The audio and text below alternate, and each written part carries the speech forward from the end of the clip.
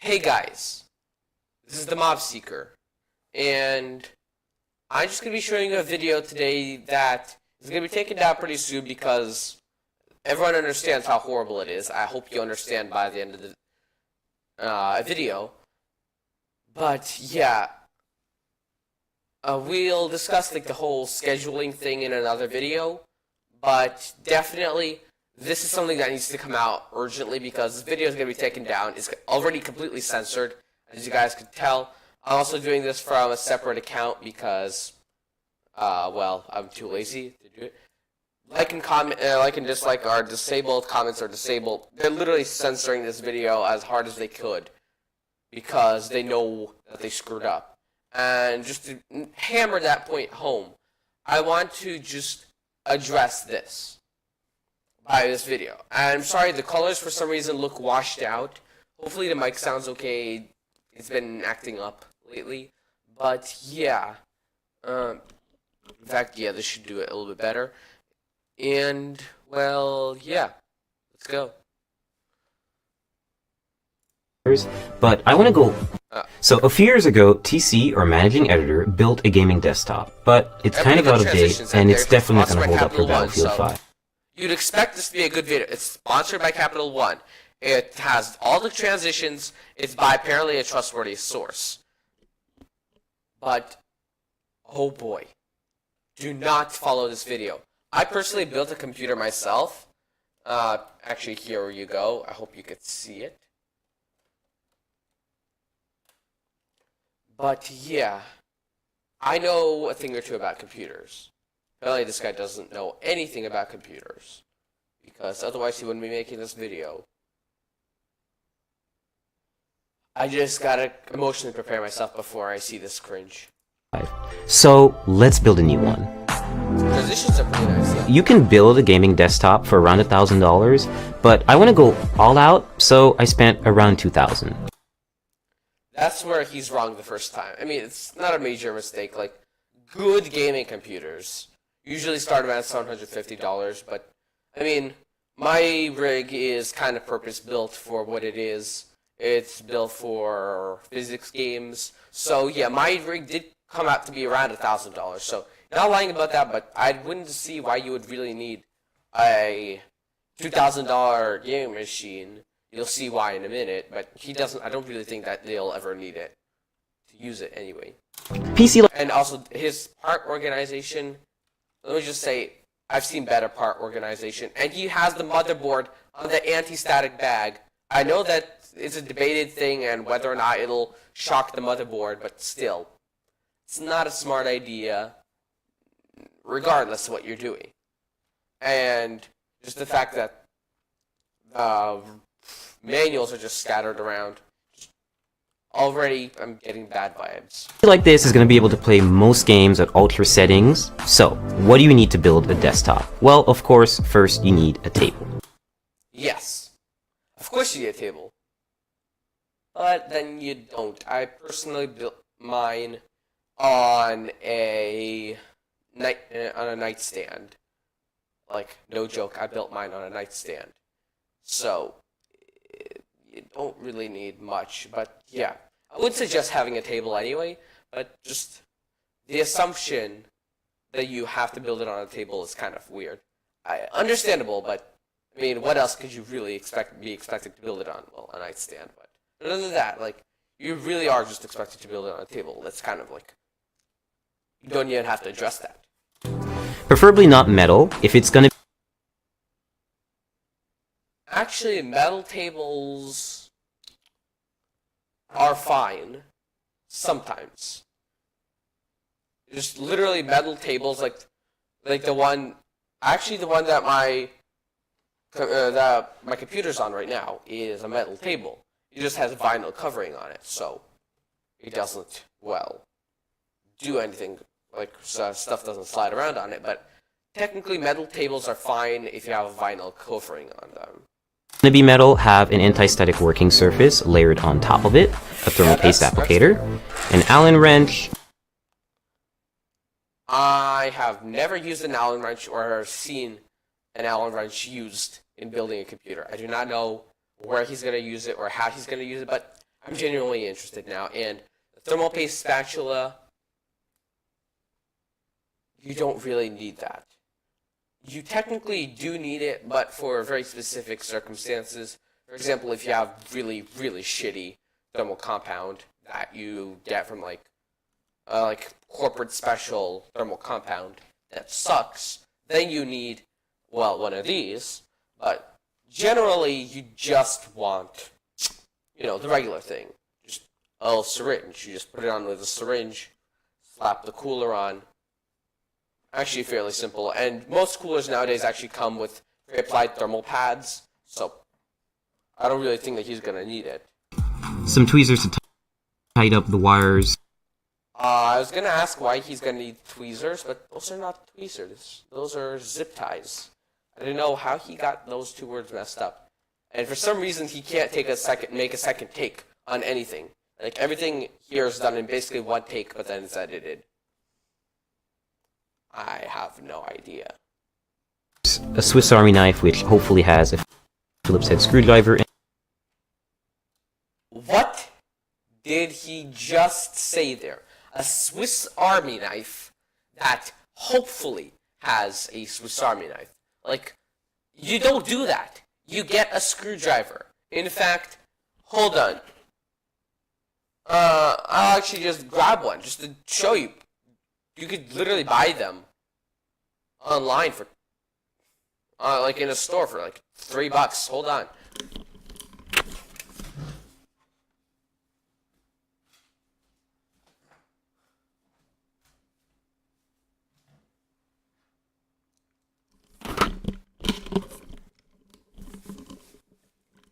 I don't know why he can't just get one of these. Like, seriously, that's stupid.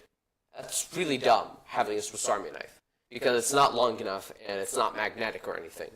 So yeah, don't use a Swiss Army knife. That's his first huge flaw. I mean, I get he messed up some words, but that's just unacceptable. Guys, if you're building a computer or really anything, don't use a Swiss Army knife screwdriver. Just get a real one. In it, and last but not least, an anti-static. I already know he's going to say an anti-static wrist strap. That is recommended, but that is not an anti-static wrist strap. That's a regular bracelet that little 10-year-old girls wear to sleepovers. That is not an anti-static wrist strap. I do not have one to show you because I never really saw the utility in one of them. But it kind of looks like, basically they're just huge, cuffs basically. And then they have a car jumper basically coming off of them that you jump onto a large metal object like a case or a power supply. So that's not an anti-static wrist strap. That's like a mosquito repellent strap that he got out of a bin and called an anti-static wrist strap. Static bracelet, which is to protect you and the part. Why would I need protecting from static? Static electricity does not really harm you in any way. Sure, it's going to give you an unpleasant shock, but it's going to give you an unpleasant shock that won't hurt you or do anything. It has no force behind the shock. These are the parts you're going to need, but more importantly, before we get there, we need to understand what these parts are doing and how they interact with one another. To better understand the parts that make up a desktop, let's try to understand them individually. The process... Okay. He's actually breaking things down, and I like that. Is like the computer's brain, a base of calculations that control everything the computer does. The motherboard is like the foundation, serving as a main structure. Motherboard does a little bit more than be a foundation. It also has some features like the South Bridge that are kind of smart, but motherboards have advanced a long way. They're not just dumb pieces of PCB that connect everything anymore. But yeah, I mean, he has it right in essence. Usually the CMOS battery, which is like that little circle next to the PCIe lane, usually goes on the other side, but whatever, that's just a drawing. For all other parts to be added to. It also allows the other parts to communicate with one another, which also makes it kind of like a nervous system. Graphics cards are responsible for rendering and processing visual. They also do GPU calculations, but I mean, whatever. Also, there's graphics card illustration. Usually the PCIe lanes, once again, go towards the middle, not towards underneath the blower. But, I mean, I'm bashing that guy, not the illustrator. The illustrator is dumb. I mean, fair enough. The illustrator only just gets the paycheck for drawing something cool looking. Into what you see on screen. Our PC's power supply is, of course, channeling electricity, in that it adjusts and provides the right amount of. It doesn't channel electricity so much as it's literally power supplies are AC to DC converters. That's all there is to them. They're AC to DC converters, and there's no two ways around that.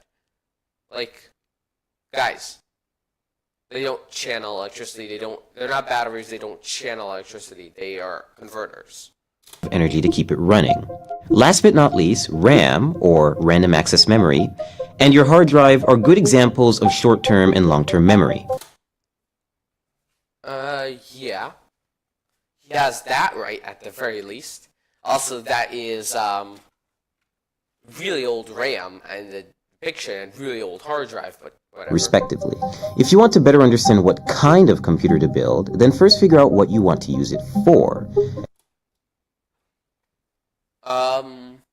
I already kind of understand what he's going to say here. So this graph is kind of wrong.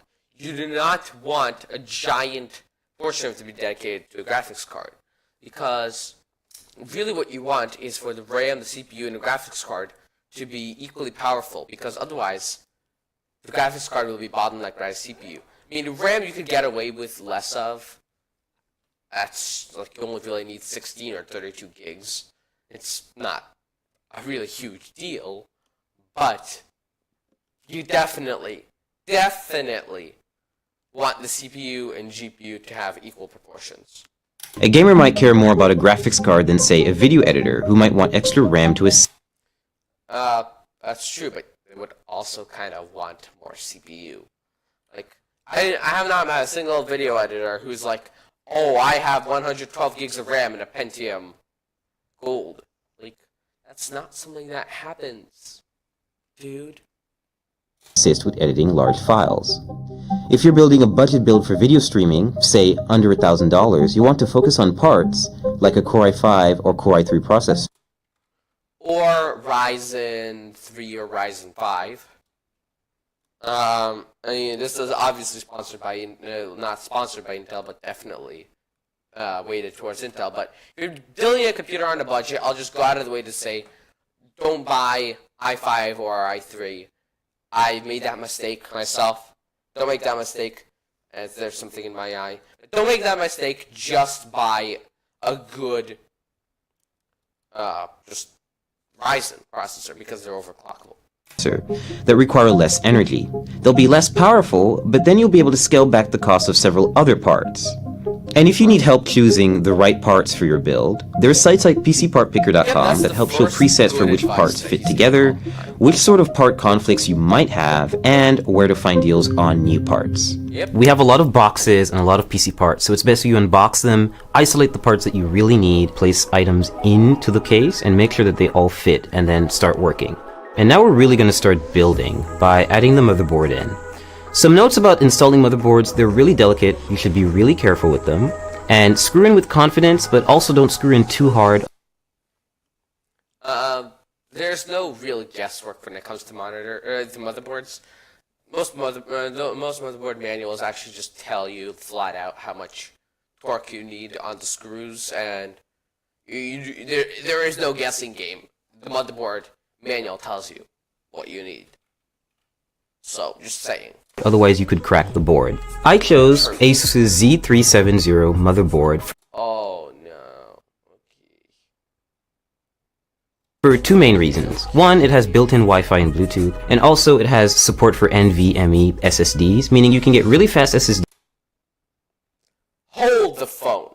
Is he putting in the I/O shield, which is basically the cover for your ports, after he puts in the motherboard? I do not know how he's getting away with this, but I mean, I guess you could do that, but it's stupid, one, and two, Why? Just put it in before everything. My suggestion is put in the I/O shield before everything else so you don't forget. Because if you do it this way, sure it'll work, but you'll forget. These that are really easy to install. Pay close attention to the brace that goes at the back of the computer. You always have to make sure that that's not a brace. It's called an I/O shield. I guess he's a non-tech guy, so I guess he could get away with saying things once in a while, but that's just unexcusable. you really hammer it in, because there's no Hammer it in. You just push it until it clicks and it's good. screw. It really just has to go outside of the case and clasp onto the frame. And this is very important because otherwise you can't align the motherboard correctly with the holes. We're just going to start installing all 8 screws. So next we're going to install the RAM on the motherboard. I chose Corsair's 16GB Vengeance LED RAM for 2 main reasons. One, it has LEDs and we do like lights in our gaming desktops. Secondly, it's pretty fast RAM. It's 2666 megahertz. That's actually the standard clock speed for RAM. Fast, quote-unquote RAM. There's no difference between them. It's mostly just snake oil. But fast RAM is classified as 3200 megahertz and up. I believe so. It's pretty fast, and this motherboard supports that speed, which is most important. That's actually true. Open the slots first, and just align. Most like high-end motherboards also support 3200 megahertz RAM, so I don't know why he didn't go for that. Probably because he didn't have enough budget. Aligning the stick with the He has 2 sticks. Why is he opening up all the slots? That's unnecessary. middle of the strip, not with the end, and just lining that up with the logo. So once you hear that solid clasp and you don't see the gold connectors on the side anymore, that's when you know the RAM is in. Step 3, we're going to install. Hold on. Hold on, guys. This is... no. The RAM, he installed it wrong. The computer will power on and it will go and run, but it's not, it's going to be like super slow and it's only going to recognize 8 of the 16 gigs of RAM. It's stupid. For multiple reasons. Do not do that. I mean, there's definitely, there's no performance benefit due to the speed of RAM, but definitely there is a really big performance benefit by putting in dual channel.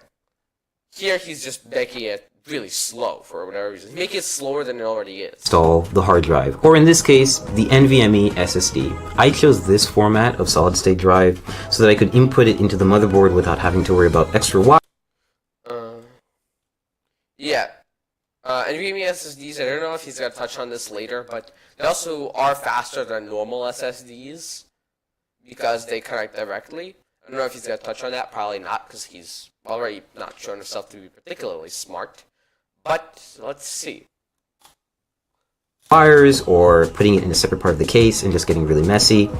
This is for... Well, that's also a benefit, not making it all a cable jungle. But I have a nice separate SSD, and I am not getting cable jungle in my PC. It's all neatly managed away. I don't know what the problem is. From Kingston, and it's 480 gigabytes, so it's not a lot, but you can always upgrade this and swap it out, and it's only held down by 1 screw and the latch, so it's really simple and really straightforward. Speed for gaming is important when it comes to a hard drive. You want files to write quickly, and you want games to load quickly. Please, so guys, please do not refer to an SSD as a hard drive. If you want to refer to drives in general, call them drives. And that way you could refer to anything from a hard drive to an to an SSHD to an SSD to an NVMe SSD. that's why it's best if you use an SSD. Okay, so step 4, we're going to install the graphics card. I chose PNY's GTX 1080. I don't know why he didn't have budget enough to get anything else. I mean, PNY, I mean, I won't bash them. They're definitely not a bad company, but there's so many better options. Which is overclocked. And so it's a pretty easy installation. You're just going to find the gold connectors. and you're going to line this bracket with the back end bracket of your PC case. Now, which lane you choose depends entirely on what other parts you're going to put in the system. Oh no. Oh no, no, no, no, no. That is so wrong, and I have to address this. Having the lane that your graphics card goes in is not a matter of preference. If your graphics card does not go into like the right lane, it'll physically become slower because the lanes have different speeds. You have X16, X8, and X4, whatever, 16X, 8X, and 4X. I mean, probably putting it in the 8X slot won't really change much, but putting it in the 4X slot, just trust me, put it in the top slot. I'm just going to pick the top one because the SSD is at the bottom and I don't want to cover it. I just think it looks nice. Click down. Take your remaining brackets and just put them in the spots that you haven't used. You don't have to screw these in. They get bolted down by the back end bracket. It is entirely dependent on your case, so this is not generally good advice. Just saying, for some cases it goes like this. For my case, it's all held down by individual thumb screws. For some cases, just held down by internal screws. Some cases, just friction mounted. You really have to just take a look. And your GPU is installed. Power supply time. I chose Corsair's 850 watt power supply because I need enough headroom for ray tracing GPUs when they come out, and I don't want to have to upgrade it again. I don't know, like 750 watts is definitely fine for a ray tracing GPU. It's fine for any rig. Like I have a 750 watt power supply, and it doesn't really get utilized all that much. You don't need an overkill power supply, really. Again. So all you have to do is take the brick and make sure that you align it with these little insulating pads so the power supply doesn't short circuit and come into contact with. What? Please tell me that I did not hear what I just heard. Again. So all you have to do is take the brick and make sure that you align it with these little insulating pads so the power supply doesn't short circuit and come. Are you kidding me? The power supply will short circuit. Oh my god.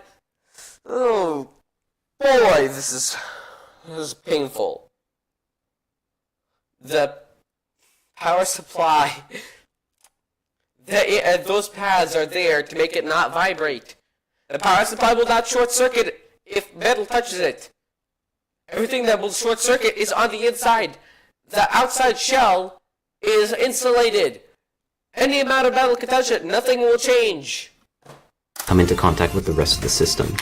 So just take it in, slide it in nice and easy until you have a Please don't tell me I just saw what I saw. System. So just take it in, slide it in nice and easy. He put it in the wrong way around too. Like, he seriously put it fan inwards, so it's literally just gonna be choked off. Easy until you have a snug fit, and then shift it to the back and make sure it's right up against the frame. Now you just take the required screws and you tighten and screw in. So next step, we're going to install the CPU core. In this case, it's going to go on the top end of the case, and we're just going to have the hose hang out for a little while until we install the processor, which is going to come a little later. Always be sure to Hold on. try to... There's no fans installed. There's no fans installed. You did not install the fans. What? Why? Oh my god. Oh my goodness gracious. It's technically not wrong, but just it's a tight case. Why are you doing it like this? Just put on the fans beforehand. Place it in the system first before you install it, because you can see it takes up a lot of space. But in this case, no pun intended, it fits in perfectly, and we're gonna start screwing it in. And so there's nothing special about this screwing in process. They're just really long screws because they go through the... Am I seeing this correctly? So there's nothing special about this screwing in process. They're just really long screws. He's using the wrong screws for the freaking radiator. He's using the screws that would put on the fans. You're supposed to use like these little stubby screws. I think I have a package of somewhere. I'm not gonna go find them right now. But he's using the wrong screws. He's literally like boring a hole through the radiator. Because they go through the entire frame of the cooler, and they take forever. They take forever because you're using the wrong screws. So next up, cables. Every power supply is going to come with a big bag of Velcro cables. Next up, cables. Thank you. Every power supply is going to come with a big bag of Velcro cables. No. Did I hear that right? Next up, cables. Every power supply is going to come with a big bag of Velcro cables.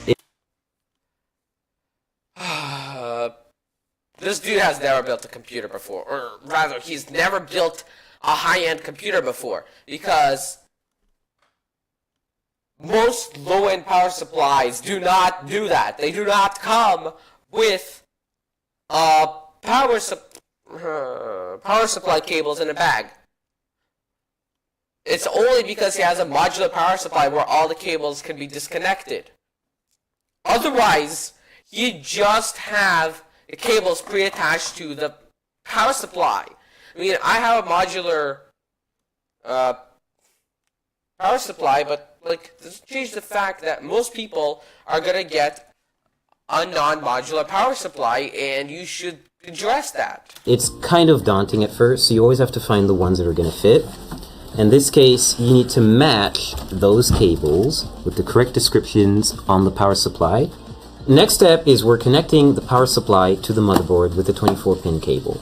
We're just matching that cable from the motherboard, threading it through the back, and attaching the 24-pin header to the power supply so that we can have one of the connections complete. The next few additions will be for the GPU, for any specific ports that the case has, for any lighting that the case has, the CPU cooler, anything else really. Yep. We're installing... That's a little bit blurry, but it's an Intel Confidential one, so I can't tell. I think it might be an 8086K. It might be I think it's probably an i7-8700K demo unit, but it might be an 8086K demo unit. I don't know, I can't tell. 3.7 gigahertz sounds a lot like the 8086K, I believe.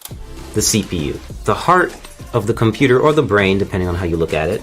So to do this, we're just going to remove the plastic covering that they put on the motherboard. We're just going to take this little plastic part out. We'll just toss that out of here.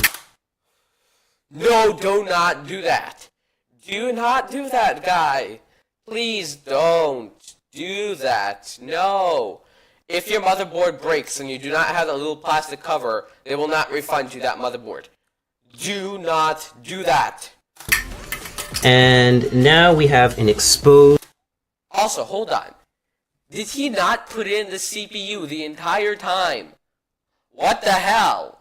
Why did you not put in a CPU into the motherboard before doing all this? You're supposed to do it first, dude. I mean, it's technically possible, but... Jesus Christ, why? Why? In God, in the love level that's holy. Why? Closed CPU holder, or rather slot, on the motherboard. And we're going to use the CPU applicator. This is a CPU applicator? What? I've never heard of that. And I don't know if that's like a weird thing that is a gimmick or something. But dude, you do not need a CPU applicator. All you need is to literally just plunk the CPU into the little socket. This is a special little part that not everyone may get, but this mother... Hold on, did he also just like jam the CPU in with a little plastic spatula thing.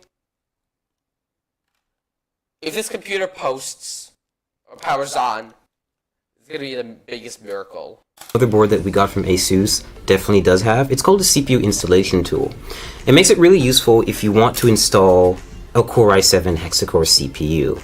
Yeah, we've got one, and it's an 8th generation. Yeah, we got one. Oh, I'm Donald Trump, and I'm pretending to be Donald Trump, and yes, we got one. Yeah, that's what he sounds like. Just first of all, tell us what the actual CPU is. It says it's confidential, so I guess he can't. But Jesus Christ, just don't brag about a CPU that you could literally buy from any store in the entire country.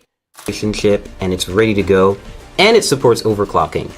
So what having this little installer does for you is it's basically a brace that you can apply right to the CPU and light it up with the triangle. Whenever he doesn't know what the name for some sort of bracket or slot is, he's like, brace, brace, brace, brace for impact.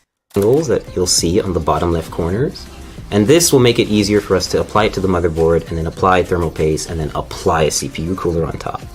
And we're just going to carefully lean it down into the system and make sure that everything lines up, and we're going to clasp down on it and we'll be good to go.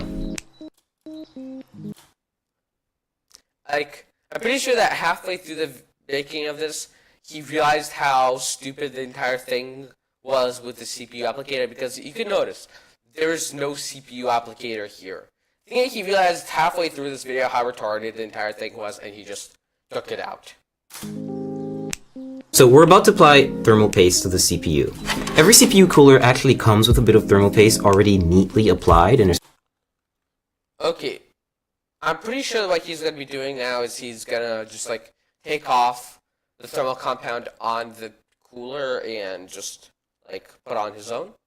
I mean, I've seen people do that. I never really did it myself, but I guess you can do that.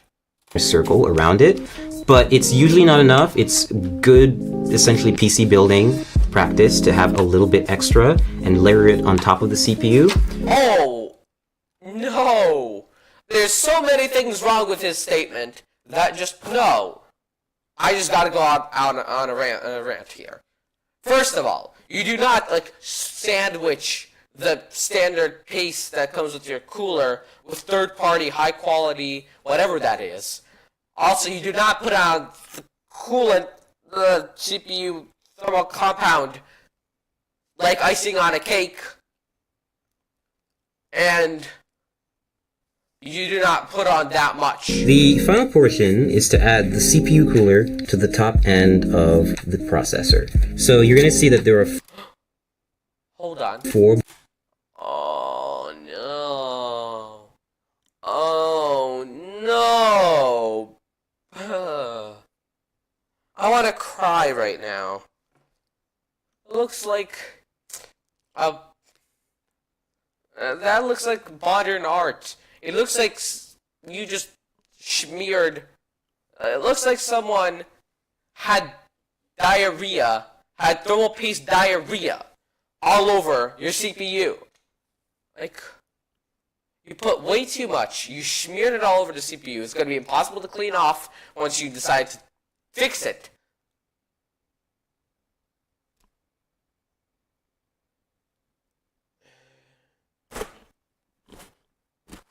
I still going to be face palming a lot. Brackets, or rather like screws in here with brackets and holders. What's with bracket? What's with him and his brackets? Right here. And they're going to keep the cooler raised off the processor, but it's also going to be close enough to actually physically come in contact with it. Like, basically keep it cool. Take thumb screws like this and just screw them on. So now that our internals are done, we're going to put all the panels back on, which is the top glass, side glass, front glass, and of course the back panel where all of this fun stuff is happening. So we fully built the... What is with his cable management? It's horrible! It's like, can you just like not, like, that's his CPU power right there. There's his... Oh boy, oh man. So, there's his CPU 8-pin, I guess. There's his 24-pin, his HD audio, his front panel, and his liquid cooler pipes. And, oh look, he put on his fans finally. But dude, could you not like take 2 more seconds to pull everything behind the case so that everything is tucked away? It not only looks horrible, but you're restricting airflow. Oh boy. What else? The PC, everything's put together, and we got to the post screen. Well, hallelujah. I think that the miracle of all has happened. It posted. So what's next? Well, you need a USB flash drive with your Windows installation media on it, and of course a license key. So I plugged that up, installed Windows in a couple of minutes, installed You could also install Linux, I guess, but you know, that's beside a bunch of drivers, and now we have a fully functioning gaming PC ready to run some games. Right now I've got Arma 3 running at maximum settings, native resolution, which is 1080p HD, and it's running pretty smoothly. Like, I'm averaging 70 and 80 FPS, and this is normally like a very intensive... You should be averaging over like 100 if you did everything correctly, boy. Game to run, and it's still doing a pretty good job. So right now I'm playing League of Legends. It's one of my favorite games. I'm actually playing against a bot, and I'm distracted, so I'm not actually doing so well. But I don't think that he does so well at all, ever. Like, he has like 2% health against bots. Otherwise, like, this is pretty much what you would see me do on a gaming computer. Test stuff out, and hopefully have really high frame rates like I am right now. I'm averaging 120 FPS. Also, League of Legends is a horrible benchmark because it can run on literally any computer. Like, the minimum requirements for it is a 1-core processor. Like, the last 1-core processor that I could think of is like a Pentium 4 that I actually have. I'm going to show you. It's like such an old processor. Why? Why? In the name of God, why? No! Like, why are you benching this? Use an actual benchmark, not League of Legends. Playing League of Legends could make, like, a potato look good. And that's only because I've actually locked the game to that frame rate, because I can get around 300 FPS playing League on maximum settings. You probably locked the frame rate because his monitor can't support the frame rate that he's pushing out. So, fair enough. Which is a little bit absurd, and you don't really need that, so I locked it. Building a gaming desktop has been a great experience. I'm able to max out a lot of my favorite titles, and I'll be able to play a... Okay, so, here's the problem. Here's my problem with the video. The big problem with it is, this guy is teaching people who think that this is an actual tutorial about how to build a computer. And he's, like, it's not even satire. It's not even satire. He thinks that this is the right way to do it. No, dude, don't. Just, I don't, like, people are going to try to follow this tutorial. Their computer's just going to explode. Just, no, dude, don't do that. I mean, like, I probably think that he realized how badly he was failing halfway through, but he had a deadline and he needed to upload a certain amount of videos, so he had to push this out into the public. And that's the worst part of it. The fact that this is acceptable. And the fact that they censored this video so that no one could tell anyone that this video is horrible and that it should not be a trustworthy source of information, which is why we as a community are making these response videos to this video to try to tell people that this is unacceptable. This is definitely unacceptable. And I'm sorry, Capital One. Like, get your name clean removed off of this video. It's cancer. Like, for multiple reasons. Like, this video, I don't know why it hasn't been taken down yet. Take it down as soon as possible. Okay, now with that little rant out of the way.